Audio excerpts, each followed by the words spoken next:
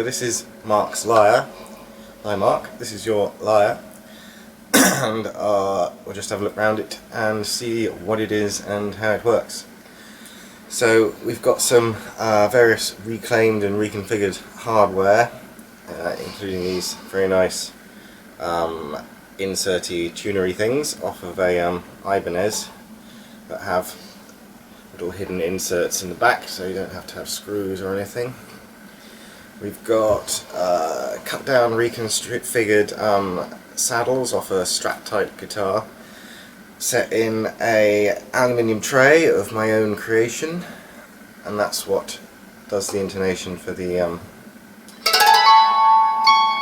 dulcimer bit on the back.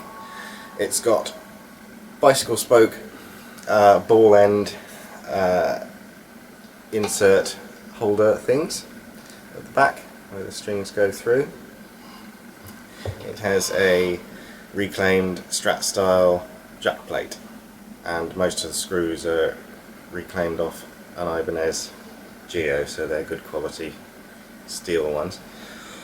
In the middle we have a buffalo bone bridge, which is from buffalo which I farm as part of my day job. And this is quite a nice big substantial piece of bone that's been lightly simmered in soap to get the fat out of it. And let's talk about wood. So it's got a sort of 1980s mahogany door back to it, made in two pieces with these laminates down the middle, made out of a bit of mahogany out of the same door, and some nice olive ash out of a tree that fell on a friend's car and squashed it. It has a sapele headstock, very nicely figured. Again, this is off of 1980s doors, and it has some locally felled and milled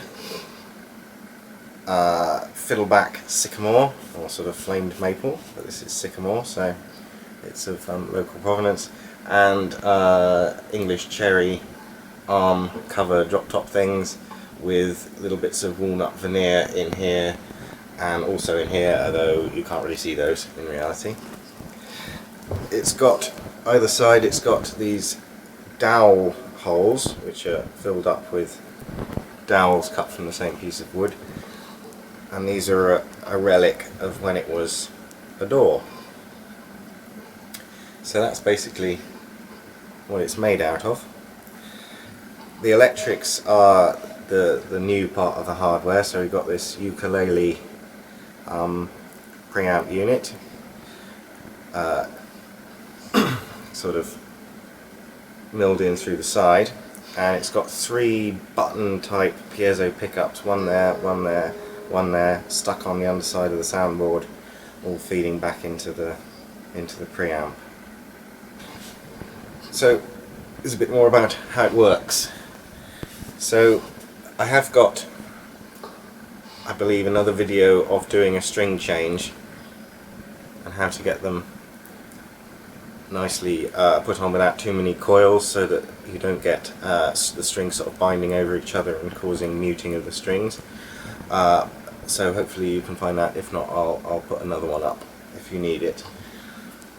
There's also a video about intonation, but I'll just go through that briefly again. So this bridge here divides the string length in such a way as to create a second course of strings with a register 2 octaves above those on this course, so it's an exact duplicate 2 octaves up.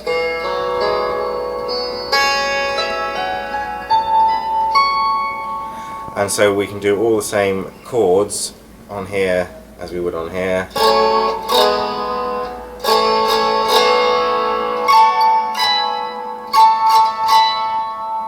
So we can do exact replicas like that, and we can use it for what it's very good for is like drone picking.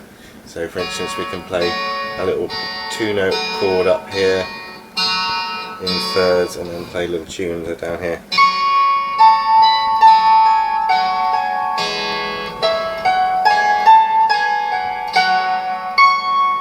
That sort of thing. So that's where it really comes into its own, because you can have a pure drone note, and then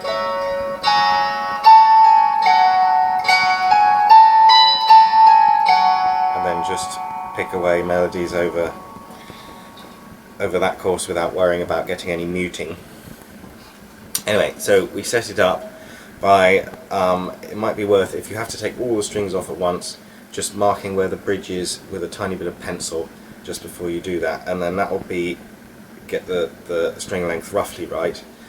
And then if any of these ones are flat or sharp, which you can check out on a tuner by just, if you put your hands over the D strings to mute it and just tune those ones as you would the main course, we can find out if any are sharp or flat. And then using a screwdriver in here, we can make this string length different to produce the required outcome. So we would shorten it if this note were flat compared with that note by screwing anti-clockwise and allowing the little saddle to come forward, or we can make it longer by screwing it clockwise and drawing the saddle further in that way until they're both in balance. But that should not have to happen very often unless you do a complete string change and the bridge comes loose, or if you knock it and knock the bridge out. So yes, that's basically how that works. You just need a Phillips screwdriver to do all the work on it.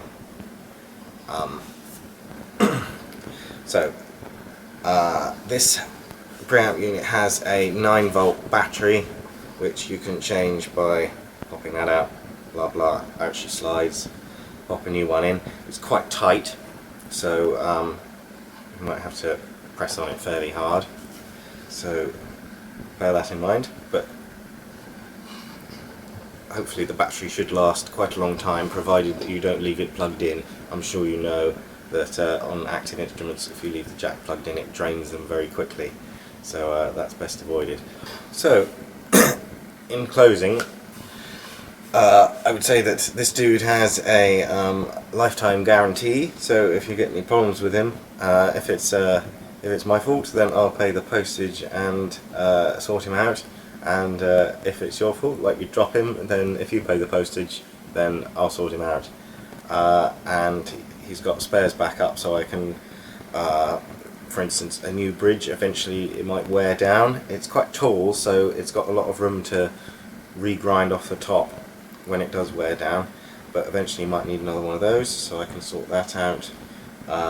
Likewise, any of the electrics, or any parts of the tailpiece. I can also do, if at some point you need a flight case to put him in, should that be necessary, and any other video lessons or instruction that you might need, just give me a shout. I think that's about it. Okay. Cheers then.